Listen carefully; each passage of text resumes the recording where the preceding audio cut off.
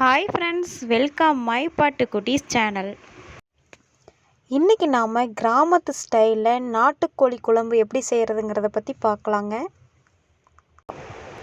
அதுக்கு முன்னாடி இந்த வீடியோவோட ஸ்பான்சர் பை யாருன்னு பார்க்கலாமாங்க. This video sponsor by SPO digital marketing.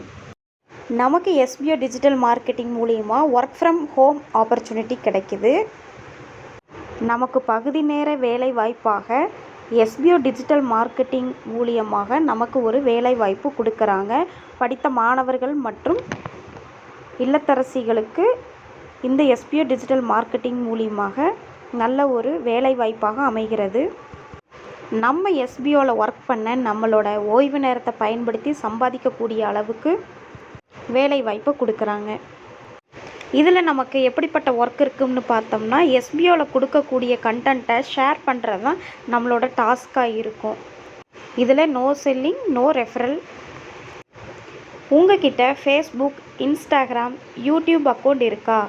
அப்போ நீங்கள் எஸ்பிஓ டிஜிட்டல் மார்க்கெட்டிங்கில் ஜாயின் பண்ணுறதுக்கு எலிஜிபிளான பர்சன். நீங்கள் உடனடி பணம் செலுத்துதல் மூலம் தினசரி வருமானம் ஈட்டவும் முதல் நாளிலிருந்தே தொடங்குங்கள். நீங்கள் எஸ்பிஓ டிஜிட்டல் மார்க்கெட்டிங்கில் ஜாயின் பண்ணி ஏர்ன் பண்ணணும்னு நினைக்கிறீங்களா?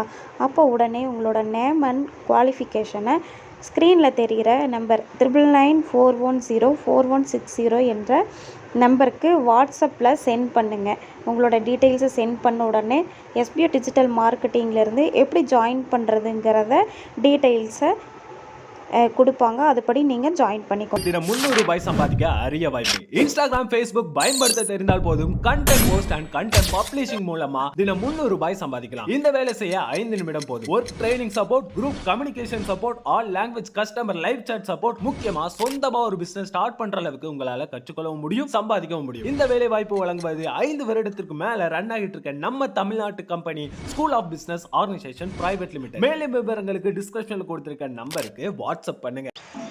ஆமாங்க, இன்றைக்கி நாம் சுவையான நாட்டுக்கோழி குழம்பு எப்படி செய்கிறதுங்கிறத பார்க்கலாம்.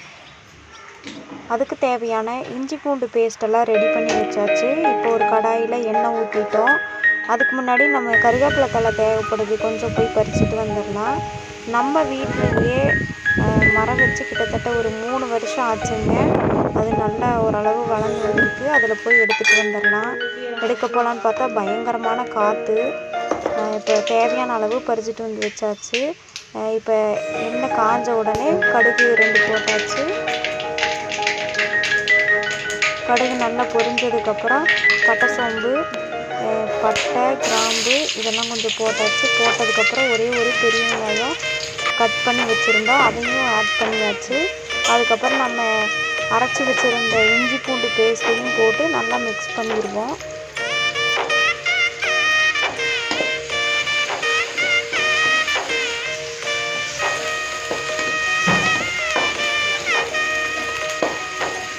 கருவேப்பிலை 2 கொத்து பிச்சு போட்டுடலாமா.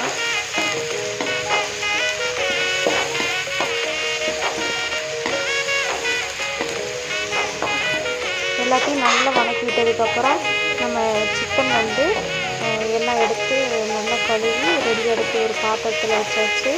இப்போ நம்ம இந்த இஞ்சி பூண்டு பேஸ்ட் எல்லாமே நல்லா வணக்கினது கூட இந்த சிக்கனெல்லாம் எடுத்து போட்டு நல்லா கிண்டி விட்டுடலாங்க.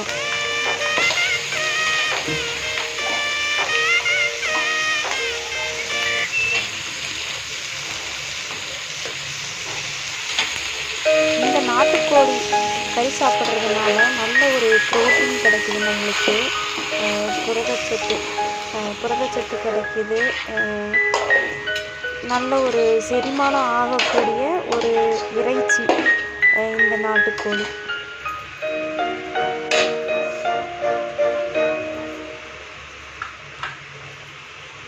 இப்போ நம்ம தேவையான அளவு மஞ்சத்தூள் போட்டுக்கலாம். கல்லுப்பு போட்டால் தான் நல்லா அந்த உப்பு கறியில் ஏறும்போது நல்ல ஒரு டேஸ்டியாக இருக்கும்.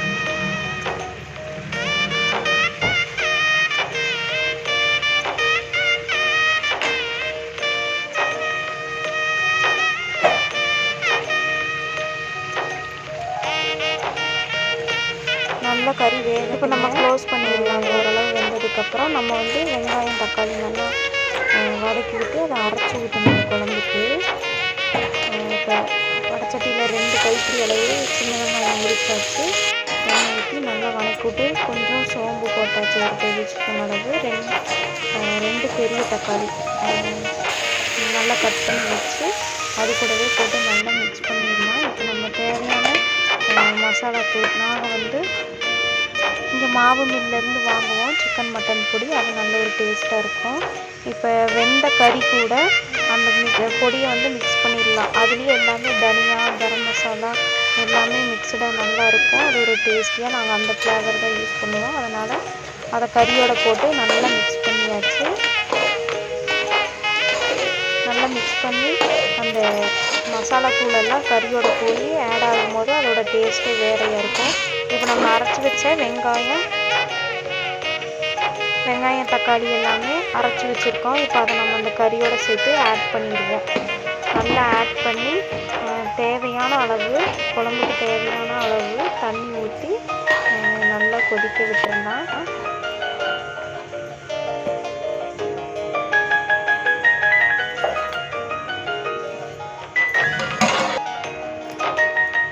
உப்பு காரம்லாம் சரியாக இருக்கான்னு அளவு பார்த்துக்குவோம். பார்த்ததுக்கப்புறம் நம்ம கொத்தமல்லி தழை கொஞ்சம் கட் பண்ணி எடுத்து வச்சுருக்கோம். அது மேலே தூவி விட்டு ஒரு 2 மினிட்ஸ் கொதிச்சதுக்கப்புறம் நம்ம ஆஃப் பண்ணிடுவோம்.